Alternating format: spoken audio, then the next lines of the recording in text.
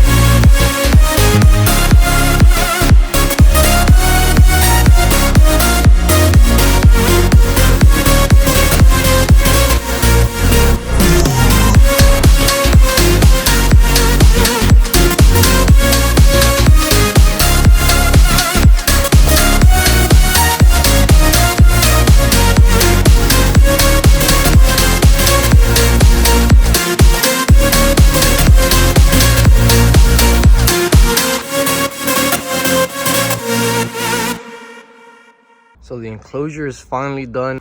But let me show you what I did here. So this is gonna be his tank. Put some duckweed in there, some java moss, and one of these plants. I always forget the name for that one. This is gonna be his hide. It's not the prettiest hide, but a lot of the tortoises like it, and I've used it with my Savannah monitor and other iguanas, and they all seem to enjoy it. So I'm gonna leave it in here. Probably want to add a few more hides though. Of course, we have all the branches coming up and into the water and out of the water. This is going to be the main one for basking right here. Probably that one over there as well. And the rest are just to give him more options and ways of getting around the cage. So far, the cage is coming out great. I really like how it's coming out. The thing that I was debating putting on was a roof. I already have it, so if I need to put it on, I could just slap it on there. But for now, I think I'm just put him in and I'm going to observe how he reacts to it. I've already been watching the sun moving around here.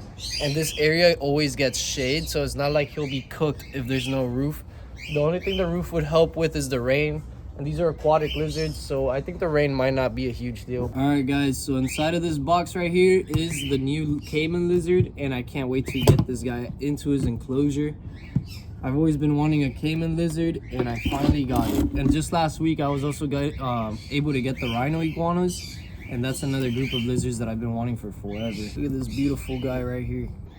Looks like a crocodile. Look at the scales on his back. And he's super friendly. I do animal shows for little kids, for like schools and for birthday parties, and he's gonna be a great ambassador animal to show all the kids and to talk about. Let's go ahead and introduce him to his new enclosure. I'm sure he's gonna love it. He's a little bit confused right now. I mean, I did just wake him up, so if there was a little bit more sun, he'd wake up a little bit faster. Check this man out. He's super friendly. I was touching his face right now. He had a little piece of hay coming out of his mouth, so I was trying to pull on it, and I accidentally grabbed his tongue and pulled on it. That's the first time that I ever do that. He is super tame. He did not mind that I grabbed his tongue and pulled on it. So I think he's gonna do great for the shows. Obviously, I'm gonna keep him for some time, make sure that he's friendly, tame him up. Well, he's already tamed up, but use him, get very comfortable with him, and slowly introduce him to all the shows. Check out this super long tail that he has. Right now it's a little bit wider than usual because he's going through shed. And he does have a little piece of it missing from the tip there. But, you know, that's okay. Hey buddy, you're looking at your water? You're excited to go in there? But yeah, it is early in the morning, so I like to see when it starts heating up a little bit how he starts moving around. Lizards, they start really waking up when the sun comes out. Before then, they're just kind of sluggish and slow. There, as you can see, he got a better, more comfortable position on the log, and he's probably just gonna chill there until he could warm up a little bit. It's the next morning after I put this man in his enclosure, and there he is. So this is the first night that he spent in this enclosure, and he slept in the water. He seemed to enjoy it. Yesterday, the first thing he did, I put him in here, and then after a while, after a few hours, I ended up putting him in the water because I wanted him to make sure that he knew where it was, because I noticed that he was up here, he went down there, he was on the ground for a little bit, he slept in there for a few hours, but he didn't go in the water. So I was like, maybe he doesn't know that there's water there. So I got him, I put him in, and after that, he's been going in and out every now and then. So it's safe to say that he knows where the water is now. Yeah, this guy is beautiful, and of course, we're gonna go ahead and try and feed him. These guys love to eat snails, so that's what we're gonna give him. So it's finally time to give this guy a little snack. So we have a nice juicy piece of apple snail. Let's go ahead and offer it to the Caiman lizard. Well, you want me to put it into your mouth? What are you doing? Oh, come over here. There we go. Watch out you don't fall. There he goes, chugging down his first piece of snail in his new enclosure. There he is, licking up his lips because he enjoyed the snail. It's one of his favorite snacks. Come on, come down here so that we can get a better view of you. There we go. Some tasty snails for the Caiman lizard. Now this guy's previous owner, I think, named him Dragon. I'm not sure if I'm gonna change the name. If you guys have any suggestions, leave them in the comments. I was thinking maybe I'd call him Draco or something like that, but let me know what you guys think in the comments. Alright, it looks like he's warming up to us a little bit more now. Before, when I offered him more, he backed himself up all the way into the corner. This lizard is so cool. I'm super happy with him. Been wanting one of these guys for about like 2 or 3 years now. This is what the water looks like about a week after I put him in. I think a lot of the duckweed has been like falling out. It did rain, so it overflowed a bit. He hasn't been in there as much as I thought he would be. He does like going on top of the branches. He's been using the entire enclosure, walking up and down, hiding under there. He sits here sometimes. He does like to sleep on top of like the edge of the tank. He'll sometimes sit like half in the tank, half out. And he has slept inside of the water as well. Right now, what I'm just debating is whether or not I should add a filter, because a filter would obviously help the water stay crystal clear. Check out that albino. She looks beautiful right now. No algae on her at all. And this is what a pond with no filter looks like. This pond I actually set up just last week when I got the Caiman lizard, and look how filthy it is already. I mean, I do have a lot of turtles in here, which is why it turned green so fast, but it's still a very impressive amount of time. If you guys want to learn more about how to make a pond filter, I'll go ahead and link the video up here. If it doesn't come out there, go ahead and check the description. I'll put the link there for you. There's still a few more pieces here, so let's go ahead and feed this guy some more. Oh, if he wants, of course. Ooh, crazy. Sometimes he's gentle, sometimes he's crazy. He came to a much better spot now, right here, right by the door. Before he was all the way back there. I was kind of either hitting my head on this, or I had to be reaching over this branch. There you go. I love the way that he just opens his mouth for me to put it in. He doesn't really go for it as much as the other lizards. He just opens and wants me to put it in there. That's why that last time when he did go for it, it kind of surprised me. There we go. Oh, watch out you don't fall back, dude. What are you doing? Crazy. Look at him. He's on the side of the branch. There you go. He looks a little bit surprised. He's like, what was that? You good? You gonna chew that up? What happened? Did you just swallow it? Yeah, I guess he just swallowed it. Okay, next. These pieces are small, so it's a little bit more annoying to feed it, but it's fine. We'll get through it little by little. Of course, I could just let him finish it on the bowl, but where's the fun in that? Let's see if maybe Rex, my Savannah monitor, wants some of the snails that were left over. Here you go, bud. Oh, there you go. It's a new treat for him. For him, let's just go ahead and put it right there. I think that'll be easier.